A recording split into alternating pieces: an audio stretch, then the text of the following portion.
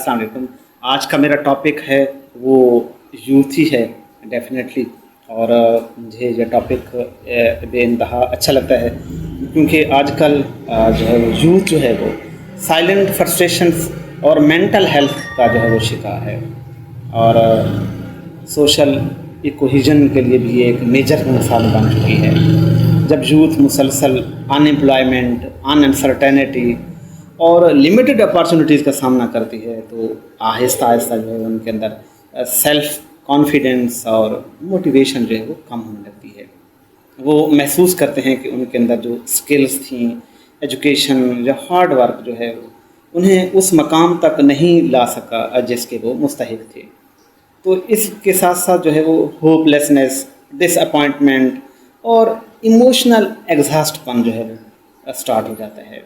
جب یوتھ اپنے آپ کو وائس لیس، پاور لیس اور گورنمنٹ کی طرف سے اگنورڈ محسوس کرتی ہے تو وہ کنسٹرکٹیو چینل میں حصہ لینے کی بجائے جو ہے وہ excessive screen time, social media addictions, gaming addiction اور سوشل آئسولیشن کا شکار ہو جاتے ہیں.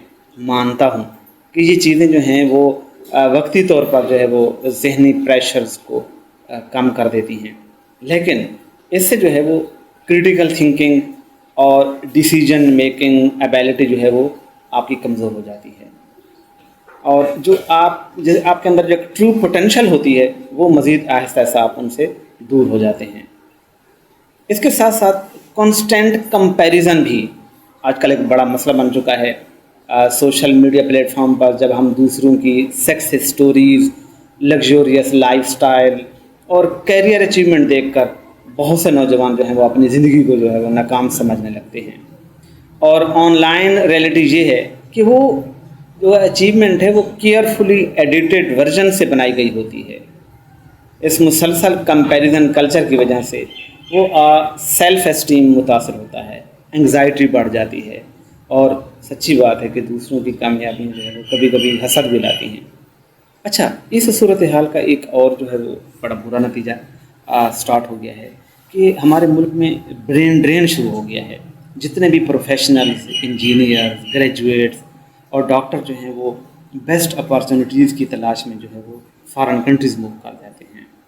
تو جب یہ مائیگریشن سٹارٹ ہوتی ہے تو وہ لاس آف سکلڈ ورک فورس جو وہ کسی بھی ملک کے لیے انوویشن، اکانومک کمپیٹیٹیونیس اور لانگ ٹرم ڈیولپمنٹ کو جو ہے وہ متاثر کر دیتی ہے.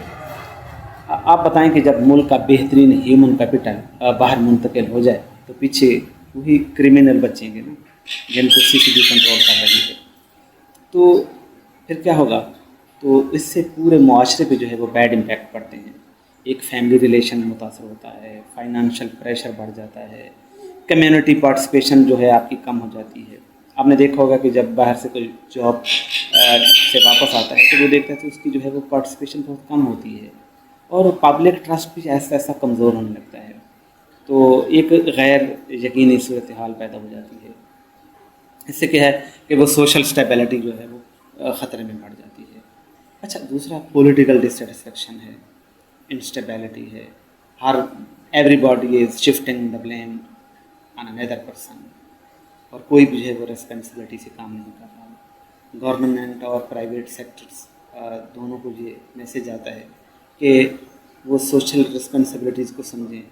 لانگ ٹرم نیشنل انویسٹمنٹ ضروری ہے. اس کے لیے quality education program, vocational program بہت ضروری تھے.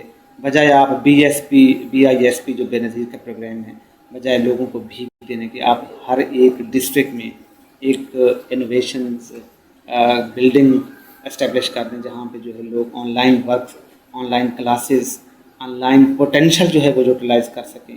تو اس سے جو ہے ان کی پوٹینشیل بھی بڑھے گی اور وہ معاشرے میں اپنا اہم کردار بھی ادا کر پائیں گے. تو کیا خیال ہے آپ کا؟ ضرور بتائیے گا. اور میں یہی چاہوں گا کہ آپ ہمیں میری ویڈیو کو مثبت پہلو سے پازیٹیو پرسپیکٹیو سے ضرور دیکھنا.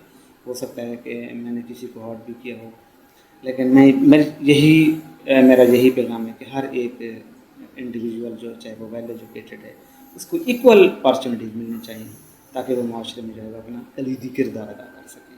Best of look.